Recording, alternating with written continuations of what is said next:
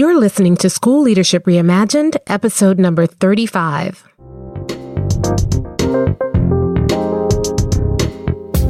Welcome to the School Leadership Reimagined podcast, where we rethink what's possible to transform your school.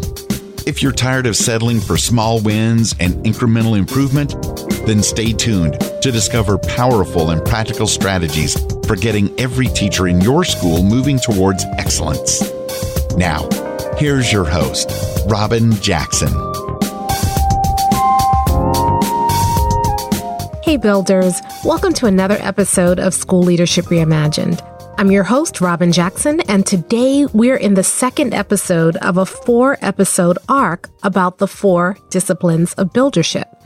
Now, the reason we're diving deep into the 4 disciplines of buildership is that if you really want to stop putting out fires, stop, fixing things that are broken in your school and actually build a stronger school, you need to double down on establishing your core values, vision, and mission. But that's only the first part. The second part, and the most important part, is you have to sustain that work over time. And the only way that you can do that is through the 4 disciplines of buildership. And those are feedback, support, accountability, and culture. And the thing is, the 4 disciplines of buildership, if you practice them and you treat them like disciplines, there is no challenge that you face in your school that can't be solved by one of those 4 things.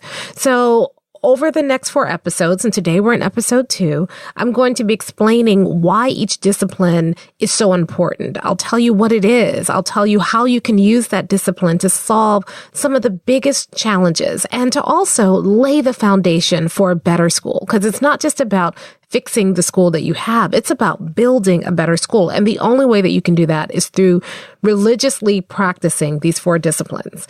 Now, last time we talked about the discipline of culture. And if you missed that episode, then you really need to go back and listen to it. It's episode 34, and you can just go to School Leadership Reimagined /episode 34, no space in between. And that's where I talk about this idea that culture will eat strategy for breakfast. So if you want to learn more about that, learn why culture is so important, and then learn the one thing that you really need to do if you want to sustain control over your culture and build a healthy school culture. So that's in episode 34. Today is part 2 of the series, and today we're going to talk about feedback.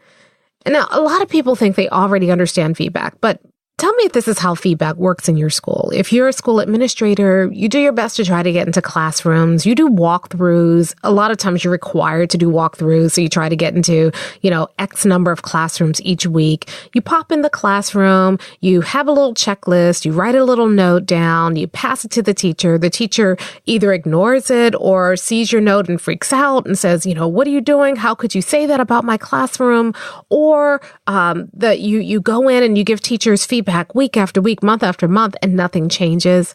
And then you have a couple of teachers who are in their evaluation year, and so you set up more formal observations. You go in, you do your scripting, you do your write-up, you have the post-observation conference. It's often awful. There's a lot of pushback or hurt feelings or blank stares, and it feels like you're going through this fruitless exercise. I call it the feedback dance, where you say, so how do you think the lesson went? And the teacher says, well, I think it went great. And you're looking at the teacher and you're like, really? You thought that was great? Or there's some sort of, kind of fake conversation, fake reflection. And you're trying to ask the right questions, trying to get teachers to truly reflect. And the teachers are, kind of tightening up, and they're looking at your feedback as you're just kind of going through the motions of your evaluation instrument. You fill out the instrument. It's the end of the year. You turn it in. You spend nights and weekends, kind of compiling all this paperwork and filling out these forms. You turn it all in, and then the cycle repeats itself next year. And very rarely do you see teachers actually acting on your feedback and getting better. And that's the problem with the way that we were traditionally taught to do feedback. That's how leadership teaches you how to do feedback. That's how leaders do it. And really good leaders are on top of their feedback. They have schedules. They get into classrooms. They have their checklists. They fill them out. They do all of that. And nothing changes, or very little changes. So what builders do is builders do something different. Builders give people feedback that actually improves practice and consistently improves practice. In fact, I don't even like saying the word improve because improve doesn't capture it. It takes a teacher, it targets the where the teacher needs to work on right now, and it helps that teacher build capacity. And I guess that's a difference. Leaders kind of help teachers improve, maybe. Builders build capacity for teachers. And the idea that builders have when they go in to give feedback is that every teacher is going to eventually become a master teacher. And so they're trying to figure out what is the feedback that I can give this teacher right now that's going to build that teacher's capacity so that that teacher can become a master teacher. So today we're going to talk about what does that kind of feedback look like? What is the power of that kind of feedback? We're going to talk about some of the mistakes that you may be unintentionally making right now that you think you're doing it to kind of help the teacher become more reflective. But in actuality, that feedback is shutting down reflection. So we're going to talk about 3 big mistakes that people make that you may be making too. And I'm going to tell you why they're mistakes and what you can be doing differently. And then we're going to talk about the way that builders give feedback and how that kind of feedback actually builds teachers' capacity, how that kind of feedback really does overcome a lot of pushback and hurt feelings and blank stares. And so we're going to be talking about one thing feedback. It's something that we teach at Builders Lab, and it's really, and I also do it in other workshops, but it's really a revolutionary way of giving people feedback that actually builds their capacity instead of just looking at little teeny tiny incremental improvements or, unfortunately, no improvements at all. And speaking of Builders Lab and what we do at Builders Lab with feedback, I want to just remind you that we have a couple of Builders Labs coming up this summer. The first one is Builders Lab 1, and it's happening June 24 through 26, and it's in Palm Springs, California. So if you're a principal or assistant principal or a district leader, this is a great Builders Lab for you.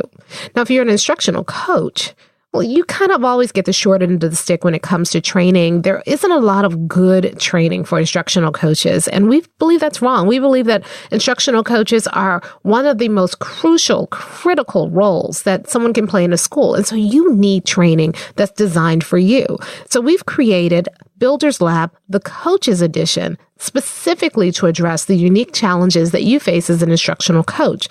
And that's happening this summer in Washington, D.C. Well, right outside of Washington, D.C. It's in Arlington, Virginia, and it's July 15 through 17.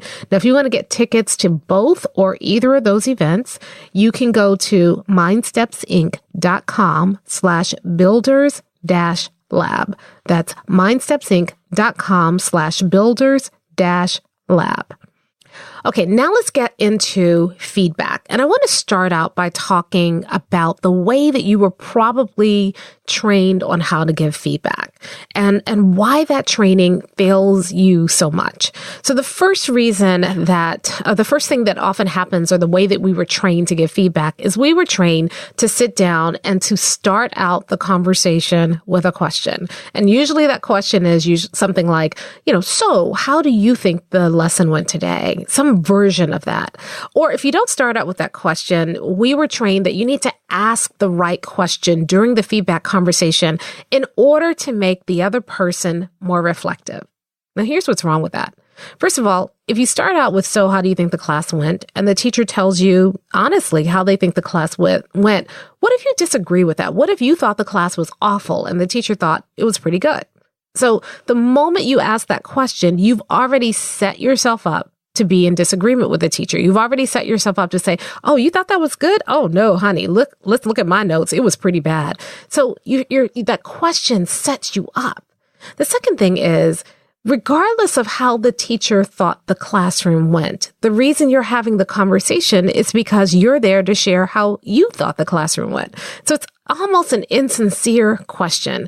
And a lot of teachers who are really savvy know that it's an insincere question. They know it's a setup. So they do one of two things. Either they say, I thought that the class went really well. And they start kind of making their case for why they shouldn't be dinged on your evaluation instrument. Or if they're really, really savvy, they start nitpicking at their class and try to guess what it is you're going to ding them on. And they figure if they can say it first, they'll get points for being reflective. So the question is really useless. When you're sitting down, giving somebody feedback, they're there because they want to hear what your feedback is. So rather than making them go first, you go first. You set the pace. You talk about what you saw in the classroom, and then you help them reflect on that. I mean, this whole idea of, I want them to be reflective, so I'm going to ask questions.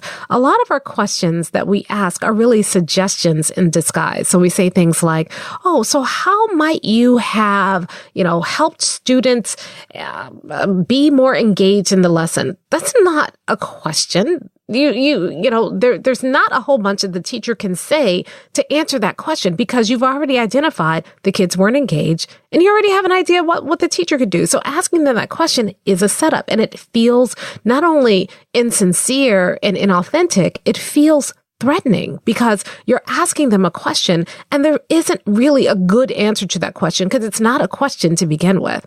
So a lot of us were given scripts or question starters, how might you have? And anytime somebody starts a question with how might you have, that is a suggestion in disguise. Stop it. People they can't be reflective when they feel like they're being set up. And a lot of our questions are really setups. You know what sparks true reflection? Having a conversation around what actually happened in the classroom, asking sincere questions. So my rule around questions is this: I do not ask a question if I think I already know the answer. Think about that.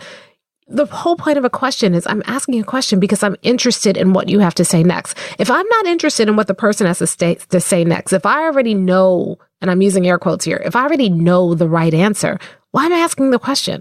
If we really want sincere, authentic reflection to happen in the conversation, then we need to ask sincere, authentic questions.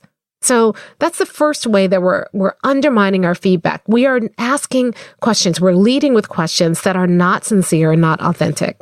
The second way that we were trained to give feedback that hurts our ability to really have an authentic conversation with teachers is that we give too much feedback. So what we do is we go in and we script and we notice this and we notice that, and this is domain 1 and this is domain 2 and this is domain 3, and we give people everything. So a lot of times people will ask me, I'm doing a walkthrough, can you look at my checklist? And I hate checklists. I'll be honest with you. And I didn't always do this. When I was an administrator, I created an amazing checklist. And if you buy my book, The Instructional Leader's Guide to Strategic Conversations with Teachers. Oh my gosh, that is a long title, but it's strategic. The shorthand is it's about strategic conversations. In the appendix, I include a checklist. It was a checklist that I made and used when I was an administrator. But the more that I spend time in schools and the more that I spend time coaching administrators, the more I am starting to see how that checklist actually undermines sincere, authentic, powerful feedback, because a checklist covers the gamut. And so when you have this checklist and you're checking things off that you've seen in the classroom, here's what invariably happens. The teacher looks at the checklist and they see something listed on the checklist that they think they did, but you didn't check it off. So now we've got an argument. Now the teacher's mad at you because you missed something. And now the teacher's not going to trust your feedback because you obviously don't know what you're doing, because if you knew what you were doing, you would see that I did do this thing. And so now your feedback conversation is about, did I do this thing or didn't I? Yes, I did. No, I didn't. And that's a lot of back and forth. And that is not an environment where true reflection can take place. The other thing is, a lot of times, instead of being fully present in the classroom, instead of paying attention and understanding how the parts work together, the checklist forces you to look at this thing, that thing, this other thing. And I feel the same way about a lot of the evaluation instruments out there. They break teaching down and they grab these different pieces of teaching, and then you've broken down teaching so much that you don't have a complete whole picture of what was happening in a classroom. I have seen a lot of master teachers violate our so-called best practices and do amazing things with kids. So when you have a checklist or you have an instrument and you're relying on that instrument, you're trying to check everything off that instrument, a lot of times it gets you so focused on quote unquote best practices or quote unquote domains and subdomains that you lose track of what's actually happening in the classroom. And then when you sit down to give that teacher feedback later on, You're so busy listing all the things that the teacher either did or didn't, the teacher is left without an overall picture of their classroom. And let's be real. If you give this teacher this laundry list of things they either did or did not do, what is the teacher supposed to do with that? How is the teacher supposed to respond? If a teacher does 3 things that you told them to do based on your checklist between one visit and the next, but they don't do the 3 most important things, they just do the 3 things that are easiest or most convenient, and you go back, can you honestly say that that teacher has improved? And yet you feel like you almost have to say that because they did do 3 out of the 7 things that you asked them to do. So it's harder to really hold teachers accountable for improving when you're giving them 7, 8, 10 things that they have to work on without giving them real direction about which one should they start first, which one makes the most difference for their kids and their practice. So it's a real setup when you try to cover everything in your evaluation. And that leads me to the third big mistake. The third big mistake I see a lot of people making is that they don't give a call to action. They give people a lot of feedback and they're like, okay, so what are you going to do with that? And the teacher says, I'm going to throw it in the trash. Then what? Or, okay, here's what you need to do. Here's your feedback, but there's not a call to action. There's not a next step for the teacher to take. And the teacher's left to have to figure that on their own. And a lot of times what the teacher interprets from your feedback in terms of what they need to do is different from what you intended. And so there's a lot of miscommunication happening. And the challenge with all 3 of these big mistakes is this. You are doing what you were trained to do. You are doing what you think is the right thing. And in fact, all those things are actually conspiring against you to shut down reflection, to foster pushback and hurt feelings, or to be so confusing that the teacher is sitting there looking at you with a blank stare because they don't know what to do with your feedback. That's not the role of feedback. Feedback like that is never going to transform practice or your school. So we got to get away from the way that we've traditionally been taught to do feedback. And we have to really focus on feedback differently. So there are 3 criteria for what I consider to be builder-worthy feedback. So first of all, and this is true for whether you're giving feedback to teachers or whether you are, or as a teacher, you're giving feedback to students. This is true. This is true regardless. And I guess that's one of the things that builders do. Builders don't have one rule for how teachers should treat students and another rule for how they treat the adults. Builders walk the talk. One of the things that I tell people all the time is you have to be who you want to see. So what builders do is they model the kind of feedback that they expect teachers to give to students. And so the rules apply whether or not this is feedback that you are giving to adults or if this is feedback that you're expecting teachers to give to students. The first thing is this. Good feedback, builder-worthy feedback. Number 1, it points people to the one thing that is at the root of their practice. The whole idea about one thing feedback is that you're not giving people a laundry list of feedback because people can't process that and you can't grow from that. What builders do is when they go into a classroom, they focus on what is the one thing that if you fix this one thing here, and if you change your practice in this one way, it will exponentially move your practice forward. Whenever I'm going in and giving people feedback about their practice, whether it's a teacher where I'm walking with administrators and showing them how to give good feedback, or whether I am observing an administrator and giving that administrator feedback about how they are running their schools, I'm always looking for what is the one thing that would make all the difference. Because I don't have time to play, and you don't have time to play either. Going in and telling teachers to tweak their way to improvement means that you're going to spend years and years and years of really bad practice. But if you go into the classroom and you say, okay, I see this, I see that, I see the other, but this thing here, if we don't get this thing straight, then we can't move this teacher's practice. If you're not applying that kind of rigor to your feedback, then your feedback is not helping teachers grow. And so I don't want teachers tweaking their practice here. Oh, you should use, different color markers on the whiteboard instead of just the black marker because it's just gives more variety. You should, all of that stuff is, that's cute. If it's not going to exponentially help that teacher grow, then I'm not really interested. I don't have time for that because I'm trying to build a new school. I'm trying to build a better school, something bigger and better than what I could imagine or do on my own. Now, if I'm walking in with that kind of imperative, that changes my feedback fundamentally. And it should change yours as well. So if you're looking for that kind of transformation and you're tired of these little tiny incremental tweaks and improvements and you're impatient because year after year after year, you're not seeing your teachers grow, then it's probably because we're giving teachers feedback that fosters incremental improvements rather than giving feedback that fosters that kind of, amazing growth that you see in a teacher's practice. Remember, leaders give teachers feedback to kind of fix, tweak, improve their practice. Builders give teachers feedback that helps that teacher grow, that builds that teacher's capacity.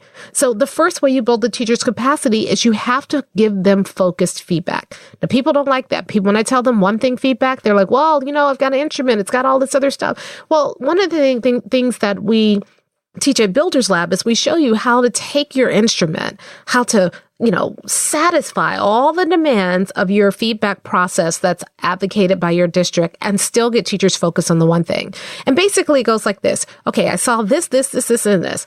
But here is the one thing that if you address this, if you focus on fixing this, all these other things will start to come together as well. And if you give people feedback like that, they walk out of there not only kind of like with a deeper understanding of their practice, they walk out of that conversation with marching orders. There's a call to action. I need to work on this. And guess what else? There's built-in accountability. Because when I go back to visit your classroom, instead of giving you an overall assessment like I did the first time, now I'm looking specifically for how you're growing in that one area that we've identified as the root cause. And when I'm looking to give you support, I'm not giving you generic support. I'm giving you support that helps you grow in that one area around the root cause. So you see how that works? When you give people one thing feedback, you can track their growth. You can give them better support. They have a clear direction about what they need to work on first. And then when they address that area and they grow in that area, it also addresses all these other areas as well. So you really have to hone in on the root cause. And so one of the things we do is that we do something called micro slicing that shows you how to hone in on the root cause in 5 minutes of observation. And people look at me and are like, yeah, that's crazy. You can't get to the root cause of a teacher's practice in 5 minutes. It doesn't work that way. I need to spend 20 hours in the classroom and address everything. But that's not true. When you are focused, you can understand a teacher's practice in observing 5 to 7 minutes of their practice. And then you can get to the root cause, and then you can look for other evidence to support that. But once you've gotten to the root cause, then you can now help that teacher. And it doesn't take 30, 40 hours of observation to figure that out. 5 minutes. So we teach something called microslicing. We do it in Builders Lab, or we do it in our workshops, or even when I'm doing like coaching principles, I'll take them and we'll do microslicing live, or we look at a video of instruction. But the idea is this: you have to train your eye to look for the root cause. And once you do that, and once you practice that, you get really good at that. So when you're walking in a classroom, you're not wasting time giving teachers tips and strategies that are not going to move their practice. You are focusing in on the one thing, the root cause. And when you do that, when you figure that out, then you can really help a teacher. So that's the first thing. Good feedback points people to the one thing that is at the root of their practice, the one thing they need to be focusing on. Secondly, good feedback invites people to do things differently. I don't want tweaks. I don't want adjustments. I want to give people feedback that invites them to do something differently. And notice that word invites, because remember, bosses say go, leaders say let's go, but builders say come. Everything that a builder does is invitational. I'm not walking into your classroom and taking over your practice and telling you, you need to put kids in small groups because they're not engaged and they need more student-to-student talk.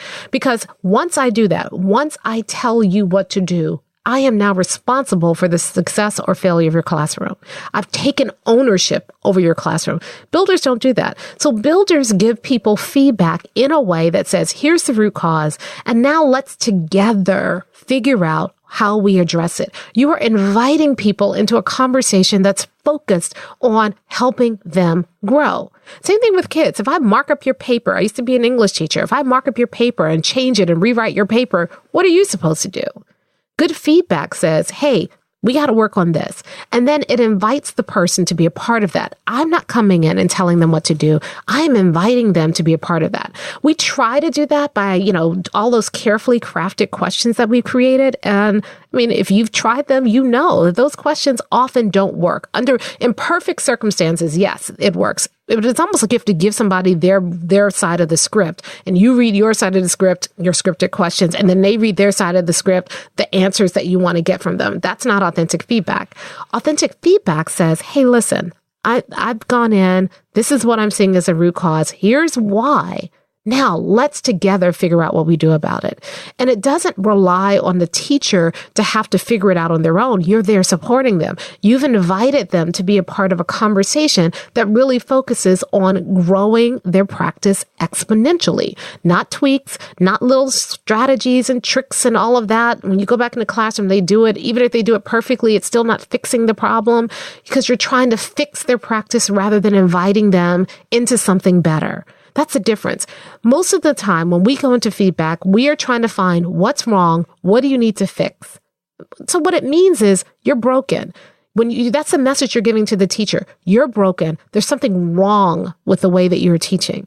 Builders don't do that. That's not the kind of feedback that's going to grow your people. What builders do, instead of trying to go in and fix a bad teacher or fix a mediocre teacher, what builders do is they say, hey, listen, I believe you're going to be a master teacher. That's what I'm calling towards. We're building something bigger than ourselves here. And it can only work if you grow in these areas. So here's an area that we need to grow in. Here's an area that we need to build up in your practice. So come on, together, you and I, let's figure out how we do that. And if the teacher says, well, I have no idea, just tell me what to do. I'm not going to tell you what to do, but I will tell you how I will help you begin to think about this differently. I will build your capacity so that from now on, you will know what to do. Notice the difference in that tone. Right now, a lot of our feedback conversations are adversarial, or they have this underlying undercurrent of hostility. Nobody has time for that. We're trying to build something bigger. When you give feedback like a builder, there's no underlying hostility. Everything's out on the table. It's not an adversarial relationship because you are inviting somebody into their best selves because you believe that it exists in them. And it's amazing how it changes the game when you approach feedback in that way. You want to achieve your vision, your mission, your core values for your school? You have to embody that in the way that you work with teachers. So if you expect teachers to believe in kids, if you expect teachers to give kids hope, if you expect teachers to find the best in every single kid, you have to do that as an adult. And it comes down to how you give people feedback. Are you giving people feedback in a way that communicates, you're broken, I need to fix you? Or are you giving people feedback in a way that says, I'm inviting you into something bigger? And together, we're going to build your capacity because we are building a better school. So that's number 2. 1, you have to point people to the one thing that's at the root of their practice. 2, you have to invite them to do things differently. And then 3, you have to show them what will happen if they do things differently. In other words, you're inviting people into a better, more successful version of themselves. And so you've got to paint that picture. This is the thing that I think is missing for most feedback. We tell people you need more student-to-student talk. You're missing student engagement. There needs to be more rigor. You need to collect feedback throughout the lesson. And we just assume that people will know why they need to do that and what will happen if they do that. There is nothing more demotivating than telling me to do something just because it's on a list of best practices. You need to tell me that if I do this, if I increase student-to-student talk, if I increase student engagement, if I give kids better feedback, if I collect information to see how well they're learning and then use it to adjust my instruction, what will happen? How will I be better? How will I enjoy my classroom more? How will my students learn better? And quite frankly, we've stopped having those conversations as educators. We read, this is best practice because John Hattie said so. And I have nothing against John Hattie. I think he's brilliant, but I think he's been abused. I think that Charlotte Danielson's been abused. All these people who have done all this research to say, hey, this is what works in classrooms. We read that and we say, okay, this is what works in classrooms. These are best practices. I must go and enforce these best practices in every single classroom I enter. That's not buildership. Buildership says, hey, listen, here's the root cause. Here's why things are not, absolutely amazing yet. Here's the thing you need to work on right now. And here's why you need to work on this thing. And so let me invite you, because I believe it's in you. And so let me invite you to work on this thing together. This is the call to action. This is where we really need to focus. And here's why. Because if you do this, this is what will happen to your classroom. If your feedback conversation doesn't follow that trajectory, there is no reason why a teacher would want to accept your feedback other than they are being compliant or they feel coerced. And I'm going to tell you right now, compliant and coerced people do not build better schools. What they do is they try to do the least amount of work they can to stay off of your naughty list. And that's not what you want. You want your teachers consistently growing. You want a school where everybody is thriving. You want a school where everybody is focused on what are we building and how can I get better at it. You want people who are committed to your core values, your mission and your vision, and they're examining their own practice on a day-to-day basis to figure out how can I better embody these core values? How can I make sure that the work that I'm doing is on mission? And how can I do things in the classroom that will help our school achieve this vision that we have for our students? And if your feedback is not inviting people into that, if your feedback is not giving people tangible information about how they can do that better, and if your feedback is not keeping that vision in front of people, then your feedback is failing. That's the thing about being a builder. Builders don't have time for incremental tweaks. They don't have time to play the feedback game. They don't have time to do the feedback dance with people. They don't have time to, check things off of a list and leave it in somebody's classroom and hope that they read it and hope that they get better. Builders don't have time for any of that because they are building something bigger. They are transforming their school. They're not fixing it. They're not plugging leaks in somebody's practice. They see themselves as transformational agents in the school. They are building something better. And so the feedback, the way that we've been trained to give feedback, does not serve that goal. All it does is it maintains the current school that you have. It may plug in a couple of leaks here and there, but it's not doing the transformation work that you came here to do. If you want to do that kind of work, you need to do feedback differently. You need a new way of doing feedback. You need to unlearn a lot of what you've been taught about how to give feedback and learn how to give feedback in a way that is going to transform teachers' practice. So I want to invite you to Builders Lab. We're going to be doing that at Builders Lab. We spend 2 or 3 sessions of Builders Lab working on feedback. And it's not just sit and get.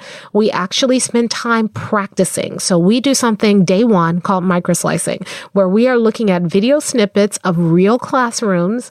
And I am showing you how to find the root cause. We have a lot of discussion. There's a lot of practice. By the time you're done, you will be microslicing like a builder in Builders Lab. So I invite you to join us. We have 2 coming up this summer. The first one is happening June 24 through 26 in Palm Springs, California.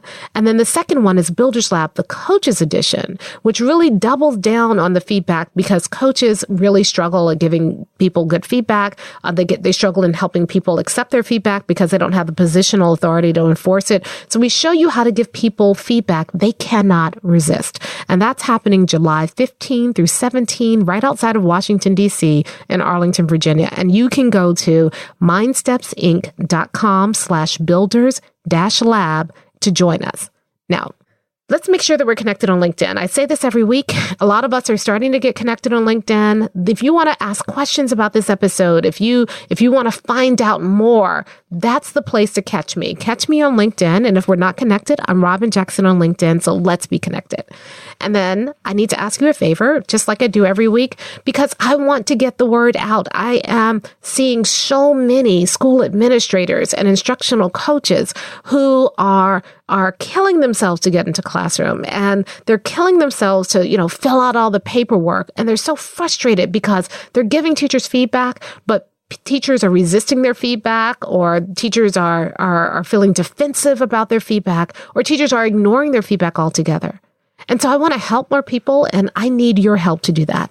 So would you do one of two things for me. Would you leave a review of this podcast on iTunes? Because if you do that, that helps other people find the show. It also gives me really great feedback about what I should be doing, because remember, feedback is a two-way street. So this is your opportunity to give me feedback to help me make the show even better. And the second thing is, would you share this episode with somebody who really needs it? If you've got a colleague who is really frustrated with giving feedback to teachers, either because teachers are ignoring it or they're resisting it, or if you are a teacher yourself and you're saying, you know what, I really wish that I was getting that kind of feedback. Share this episode with your administrator, have the conversation and show them this is the kind of feedback that I really need. I'd appreciate it. Now, let's talk about next week. We've talked about culture. That was episode 34. This episode is about feedback. The next episode we're going to talk about is support, because once you give people feedback, you have to be able to follow up with giving them really the right kind of support. And I'll be honest with you, the way that we give people support in schools right now isn't very supportive. So next week, we're going to talk about how you can give people really targeted, individualized, personalized support, and how you can do it like a builder. I hope you'll join me next time. Thank you for listening to the School Leadership Reimagined podcast. For show notes and free downloads, visit schoolleadershipreimagined.com. School Leadership Reimagined is brought to you by MindSteps, Inc., where we build master teachers.